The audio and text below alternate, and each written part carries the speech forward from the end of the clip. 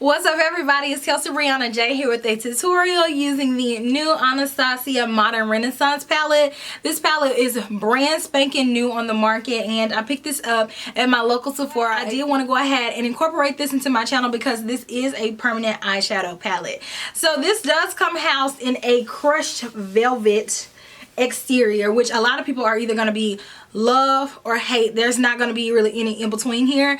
I personally really like it, but I just know me and I know how I am with things, and mine is already dirty. So if you're a person who just is really a neat freak and dirty things bother you, then this palette is probably going to be one of those things, because I can already tell that it attracts dirt.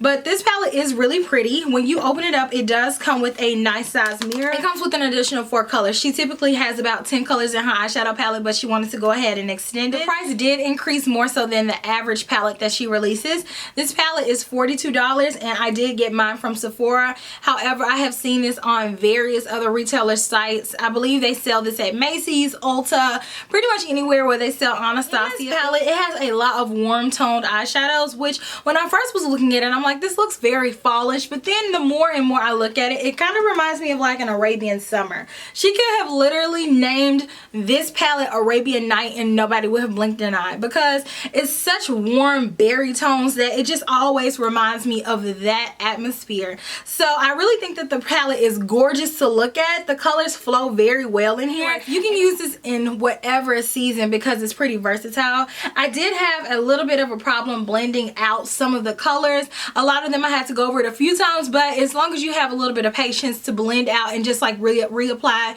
areas where it gets a little bit patchy, it still is a beautiful palette. The eyeshadows are a decent formula.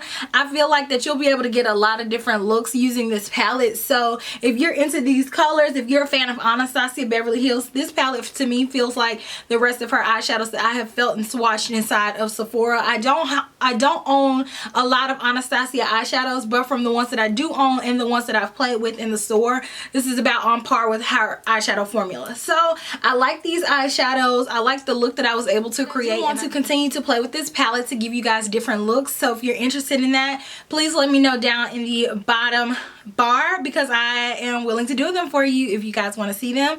Like I said, I got this from Sephora. It is pretty high in demand right now, so just keep an eye out for it if you're not able to get it at your local Sephora right now. They constantly do restock, so I'm sure you'll be able to get it eventually.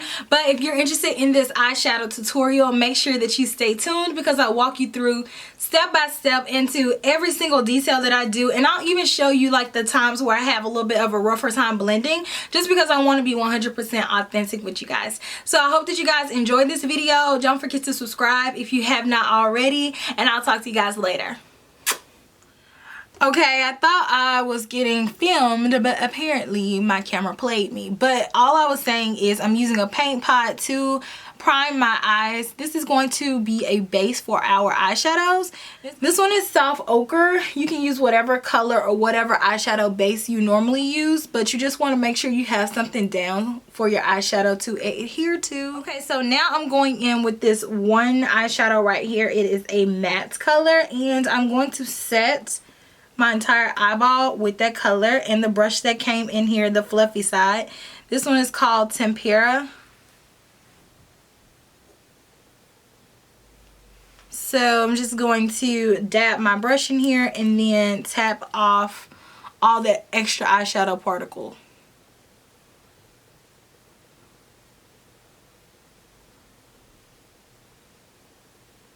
Okay, so now I'm going to go in with Burnt Orange as my first transition color with my 224 brush by MAC. And I'm getting a good amount of this product, and it's like really digging it out of there. I don't know if you can see all that powder coming up, but I am going to apply this right in my crease and fluff it, because I want this to be really blown out and just fluffy and beautiful. So back and forth windshield wiper motions in my crease.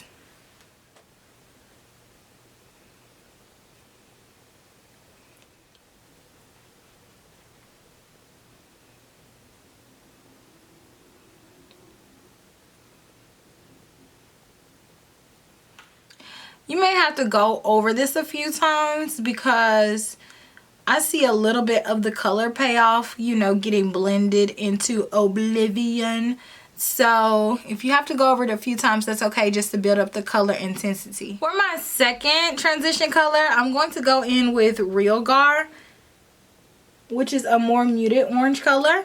Same brush, and just right on the very edge of my crease. So just about right here is where I want to take that to just deepen it up just a bit.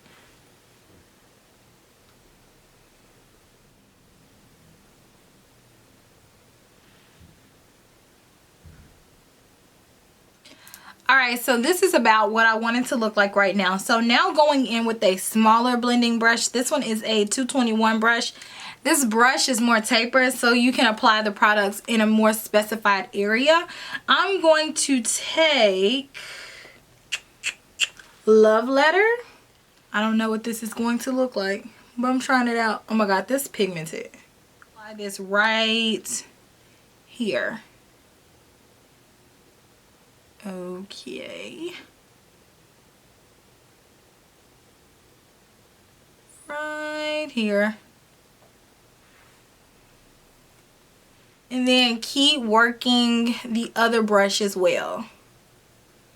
So if you have to go back with the fluffier brush to blend it out, then do that.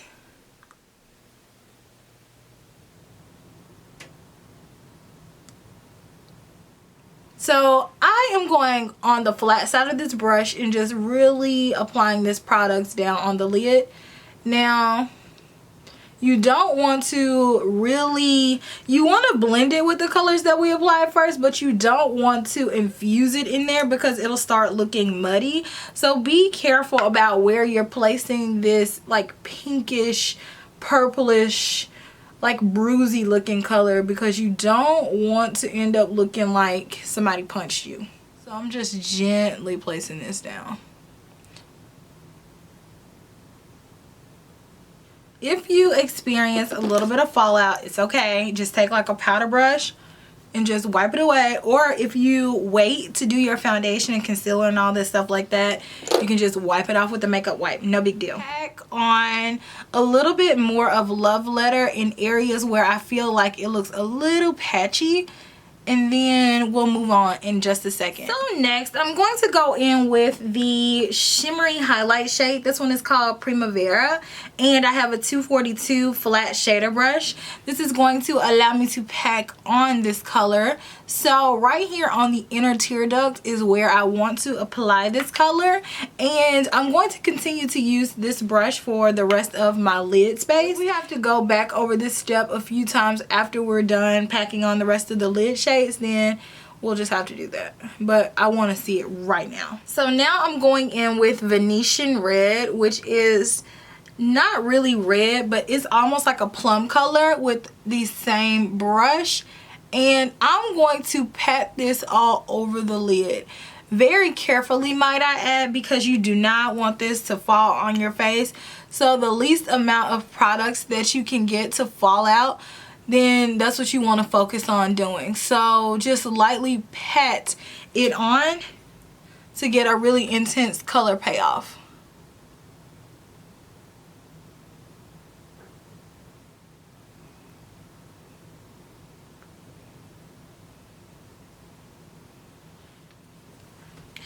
This step may take some time to actually make it opaque and not patchy in certain areas. So if you have to spend a little bit extra time just building up that eyeshadow color so it's not looking spotty, then take that time. It'll make all the more difference at the end when you're ready to be done with your eyeshadow application. And then I'm going to go back with more Primavera on the inner corner just because I feel like I covered up a lot of it. And then I want to make sure that it's still blended. Even though Primavera is like a very light golden shade, when paired next to, what's the name of the color? Venetian Red, it almost looks like a pink champagne color. Notice I'm just really highlighting underneath the arch of my brow and slightly onto the tail and not really right here.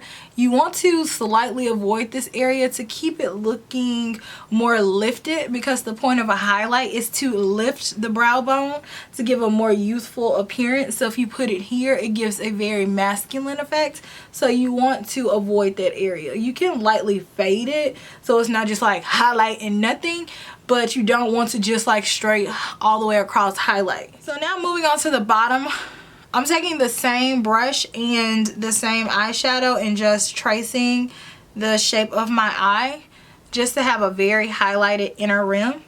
So now I want it to be more orange underneath, so I'm going to go back with Real Gar, this orangey shade, and the tip of my 242 brush, and I'm going to lightly press this underneath my lash line. Some people can buff it, but for me, every time I've noticed, every time I buff eyeshadow, like just really aggressively, my eyes start to water. So let's go ahead and avoid that at all costs. So I'm just going to continuously press and build the eyeshadow, almost the same as the packing method on top. So this is my first time trying this. This is the Kat Von D tattoo liner, and Mel told me about this. They were giving these away as 100%, not 100%, 100 point perks in Sephora. So I grabbed it and I'm trying it for the first time. So let's see how it goes. I've gone over it a few times. I just kind of feel like it's not black enough. I'm going in with the Tom Ford. But my favorite is this. When I take the chromographic pencil in like a nudish color, it really just makes your eyes pop. So that is what I want to do today instead of white. I'm not the biggest fan of white in waterlines. I like this as an alternative. You see the difference? And this is a MAC chromographic pencil, by the way, in NW25/NC30. Now I'm going to apply a little bit of mascara. Everybody should do a picture where it's like the mascara face. It's like 1, 2, 3, cheese. For my lashes today, I'm going to be taking the Salon Perfect 614 lashes. I saw these at Walmart and I was like, I need these. These look like a longer version of Ardell Wispies, which I used to wear those out back in the day. Okay, so eyes are done. So now I'm going to finish off the rest of the face. I already have on the majority of the products that I'm going to be using on my face, which are listed down below if you are curious. So I'm going to add a little bit of bronzer, my Hourglass Luminous Bronze Light, which I have not used this in so long. I missed it. And I actually want to slightly contour my nose just because I feel like it's just lost on my face. So for that, I'm going to take Bone Beige contour powder from MAC with a 217 brush. And I just want to lightly just add a little bit of definition to my nose. And then I want to take a little of, what's the name of this? I use it all the time, Light Sweep.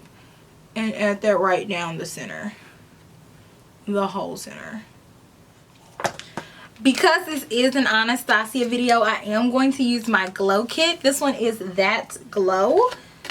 You guys probably see these all the time on social media, but I'm going to take a little bit of Dripping in Gold first and then layer them. That's the good thing about this palette, is that you can just customize and layer your highlights. This one is a MAC 133 brush. This highlight is so pretty. Then I'm going to take a little bit of Sunburst and just lightly, not so lightly, pack it on top. And then I'm going to add a little bit of MAC's Cantaloupe blush, which is a really pretty cantaloupe blush, on the apples of my cheeks. This is a MAC 127 brush. Let's do our lips. I'm going to use a MAC lip liner and Strip Down, one of my very favorite nude lip liners. And then I'm going to use MAC Peach Stock. Then on top of that, I'm going to take a Marc Jacobs lip gloss in Love Buzz. Ooh.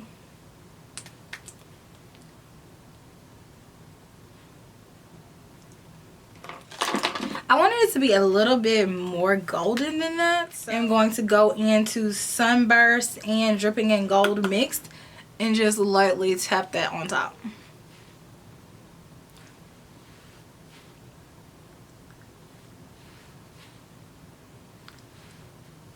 Yeah. Okay, will this be it? Chanel number 11. Yes, it is. This is what I wanted. Okay, that was it. Y'all might not even see a difference, but I do. Okay, so now we're gonna do a few spritzes of Fix Plus. And then kind of pat it in. This is the final look using the Modern Renaissance palette. I hope that you guys enjoyed this tutorial. Let me know if you want me to create more looks using this palette, because this palette is permanent, so I am able to continuously use it. Because you guys, if you can't get your hands on it right now, then just keep checking your local Sephora, keep checking online, different retailers, wherever they sell this palette. I will have a few listed down in the bottom bar. Keep checking. I'm sure you'll get your hands on it eventually. But until next time, I will talk to you guys later. Smooches. Bye.